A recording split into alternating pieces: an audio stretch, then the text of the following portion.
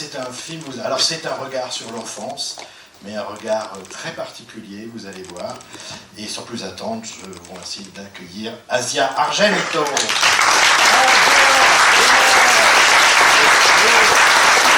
Bonjour.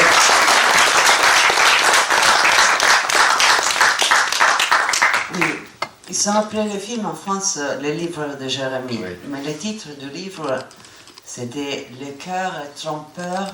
C'est un bon titre, Le cœur est trompeur. Heart is deceitful. Heart is deceitful above all things. Above all things. Comment on traduit ça? Le cœur est trompeur au-delà de tout. Oui, c'est bien ça. C'est bien. J'aime bien ça. Bon, le livre de Jérémie, c'est biblique, c'est le film un peu parle aussi de ça. J'avais 28 ans quand j'ai écrit et fait ce film. Ça venait d'un roman. Non, c'était une autobiographie, j'ai pensé. Et en fait, après, je fais le film est sorti. J'ai travaillé avec l'écrivain. C'est que je pensais qu'il était l'écrivain, que c'était sa vie. Et après, quand le film est sorti, le film est à Cannes, est sorti en Italie, quand il est sorti en Amérique. Oui, maman? J'arrive. Et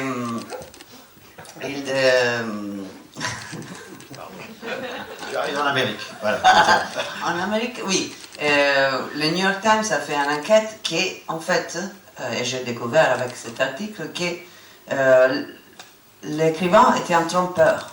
Et c'était pas une autobiographie, pas seulement ça. C'est que le mec qui, je pensais, avait écrit le livre, n'était pas un mec, était une fille.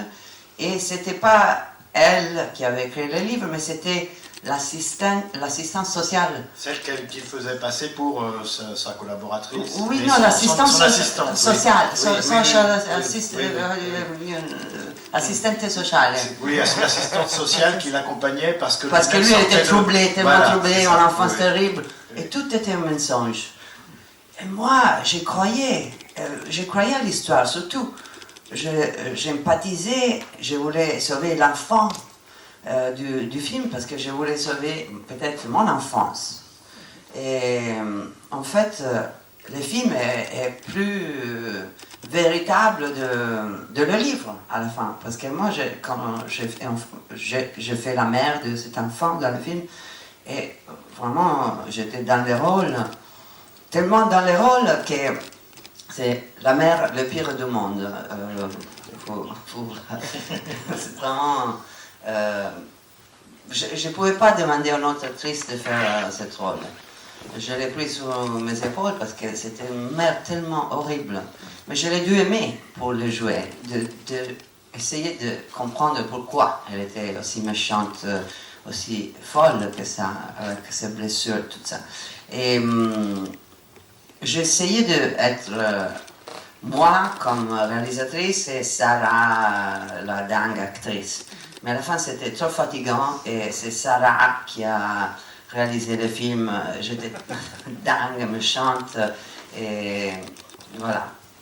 C'était une expérience incroyable. En plus, 28 ans, fille en Amérique, c'était difficile de me faire respecter.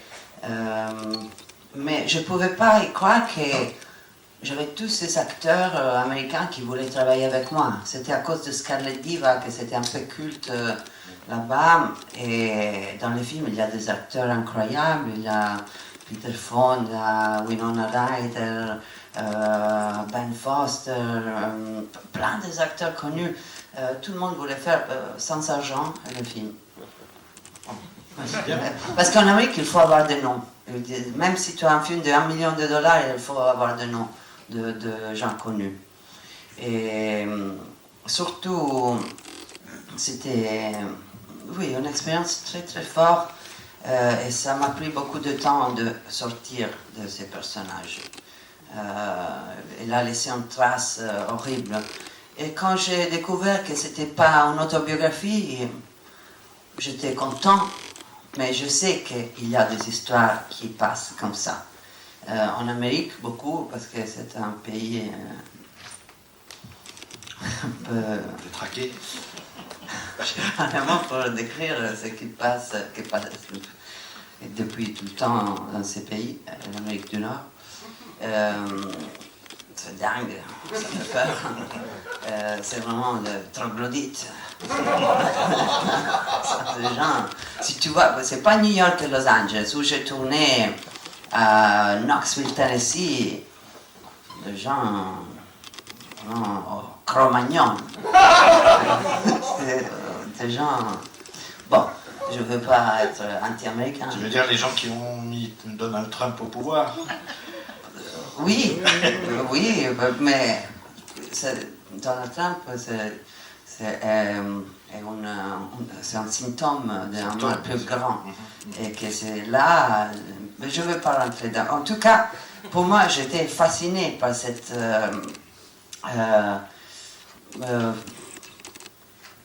paysage horrible, par cette architecture nondescript.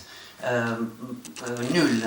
J'étais fascinée, je voulais raconter ça, j'avais étudié des photographes, le track stop, toute une culture là-bas, je suis plongée dedans.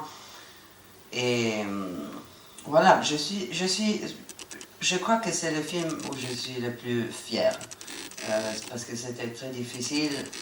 Je parle en anglais avec un accent du Sud. J'ai beaucoup étudié. Tu es entraîné? Oui, je me suis entraîné beaucoup. Et en plus, j'ai demandé beaucoup à moi-même. En fait, moi, comme réalisatrice, moi, actrice, je demande beaucoup plus que tous les réalisateurs avec qui j'ai travaillé. Et je m'amène jusqu'au bout de l'enfer. Mais je sais me retirer au dernier moment. Mais là, j'étais vraiment proche de l'abysse. Mais le film, ça se voit parce que c'est un film très désespéré. Enfin, il fallait peut-être le tourner dans des conditions particulières pour que ça soit sensible comme ça. Quoi. Oui, et en plus, j'ai changé rien du livre. Si tu lis le livre, c'est vraiment pris de ça, parce que je pensais que c'était une histoire. J'étais très respectueuse parce que je voulais aider l'écrivain à prendre une distance de cette enfance terrible. Et je pensais que moi aussi je pouvais prendre une distance de mon enfance en aide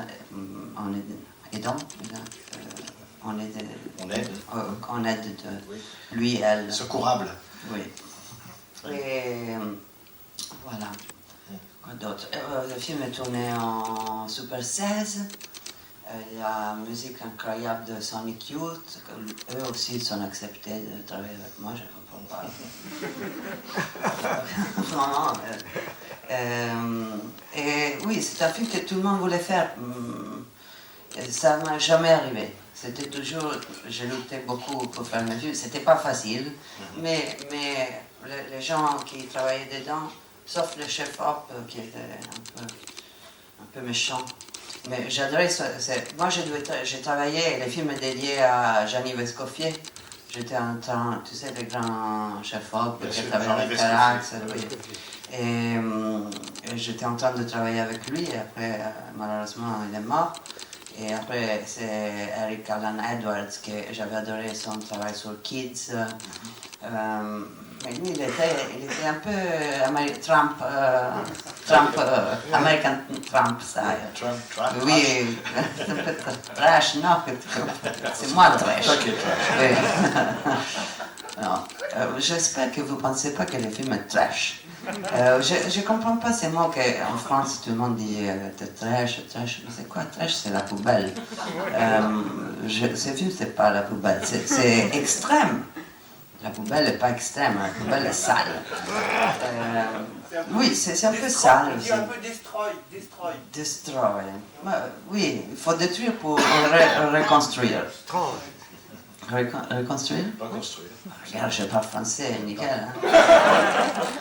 Et voilà. Ben, merci Asia. C'est ce que je te dis. Et je vais regarder le début du film pour voir la copie. Et, c'est la belle Ferrara, un peu, ce genre de cinéma. Non. Non, pas non. Ferrara. Non, mais c'est vrai qu'il y a une grande influence. Et mon mentor, Montoro. Montoro. Mais non, lui, il n'a jamais fait un film comme ça. Mais lui, c'est à cause de lui que je suis devenue réalisatrice, parce que j'avais une idée d'un film sur la guerre. Il me disait, tu dois faire ce film, tu dois faire quand on faisait Nero's Hotel.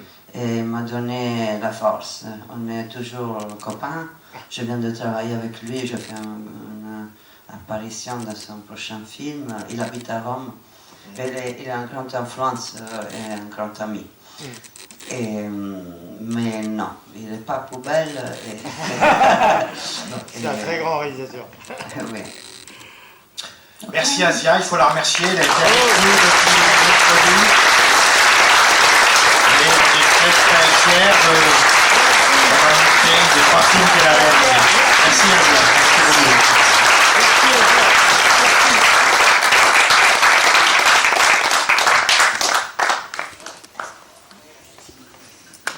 Merci à vous.